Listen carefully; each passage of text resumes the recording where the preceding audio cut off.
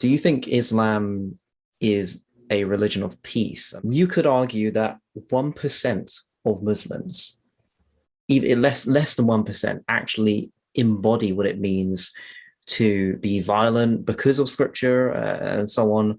And I think Sam Harris actually addressed, I think on Bill Maher, he actually talked a bit about this. He was like, and because Ben Affleck actually said that, I think, but he was like, well, actually, if you look at the statistics, it's far more than 1%. And not only the physical, it's not only the physical issues that they, violence, but it's actually the religion itself kind of being meant as like psychologically poisonous or something like that. So that's my current kind of understanding. But how would you elaborate on whether it's a religion of peace or not? Well, first off, the whole 1% point is kind of, it's very nonsensical. The only thing that could refer to is that 1% are actively, violently engaged in terrorism, which is a huge number, honestly. But still, I think that's completely irrelevant to the actual point. What matters is that you could look at the statistics and see that the majority of Muslims believe in a brutal death penalty for, adultery, homosexuality, blasphemy. Most Muslims, or at least half, believe that people who leave Islam should be punished, and so on. And people generally have very unfavorable, very bad views about different religions and different religious groups.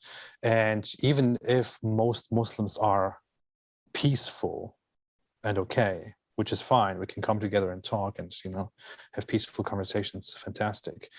That does not mean anything about whether Islam is a religion of peace or not. I have known Nazis in my life, and I could say that every single Nazi that I knew was peaceful.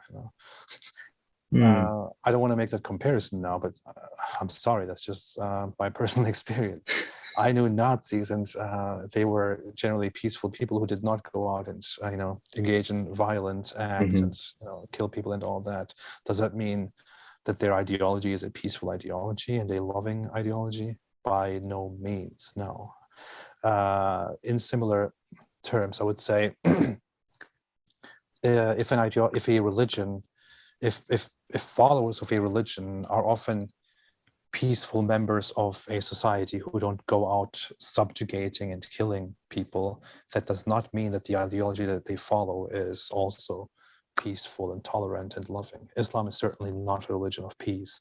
It depends on the religion itself, on its commands, on its fundamentals, on its doctrines. Within those fundamentals, within those doctrines, you see that Islam is a religion which in its fundamental text describes the disbelievers as worst of creatures, as less than animals, as filthy, as people who need to be fought and subdued until they pay protection money, which according to his prophet says that people who leave the religion should be killed, and so on. And that is certainly, as far as I see it, that's not peaceful.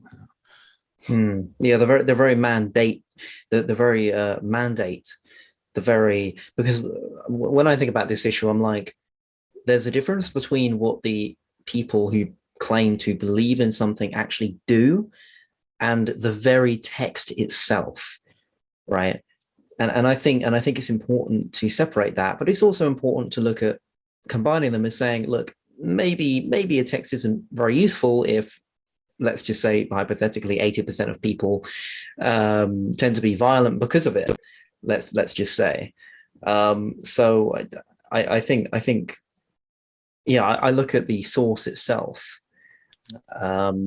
So one do you want to add onto that? Yeah, and the historical context of it too. I mean, when you look at what the source of Islam and what Islam as a source has caused and how it acted historically, you can see that Islam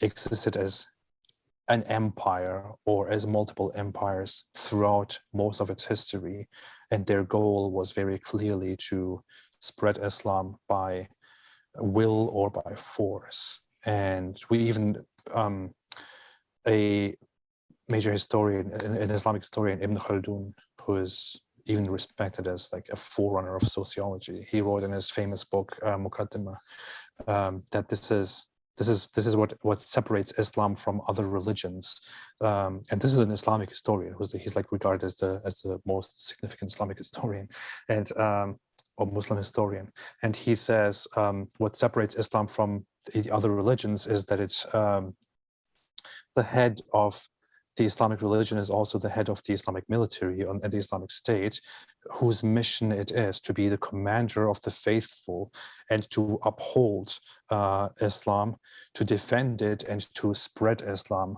to others. If they, no matter if they want to or if force is required. That's what he says. It's not what I say. And this is what Islam has been throughout the history. So with the fundamentals, with the text, with how Islam has been seen historically, and with how it is today, we can with all confidence say that it certainly is not a religion of peace. You could say that it has the ultimate purpose to subjugate the entire world and then to bring peace through that. But you could say the same thing about the most violent ideologies out there. Yeah, exactly.